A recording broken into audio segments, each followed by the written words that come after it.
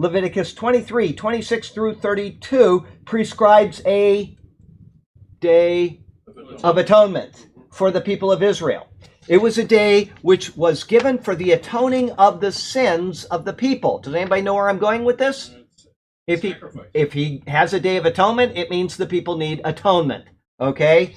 There it is. If the people did not sin, then such a day would be unnecessary. However, this day was not just for those who sinned and not for those who didn't sin.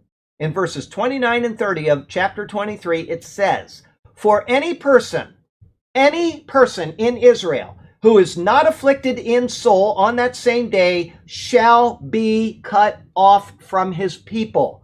And any person who does any work on that same day, that person I will destroy from among his people." If they had to observe the Day of Atonement, then that means what? God knew that they had sinned.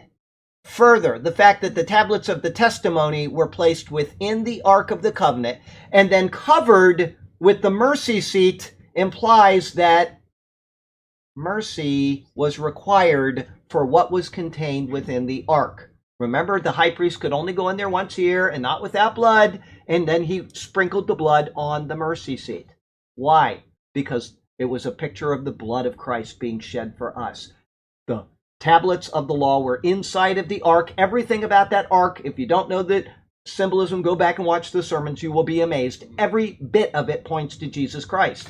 The tablets were put in it, meaning that Christ is the embodiment of the law. He embodies the law, and the mercy seat is the cover of it, and that is the propitiation, which Paul speaks of, and John speaks of in the New Testament. The hilasterion, same word from the Greek Old Testament of the translation of the Old Testament for mercy seat is hilasterion. It's the same word that they say Christ is the hilasterion, the propitiation for our sins.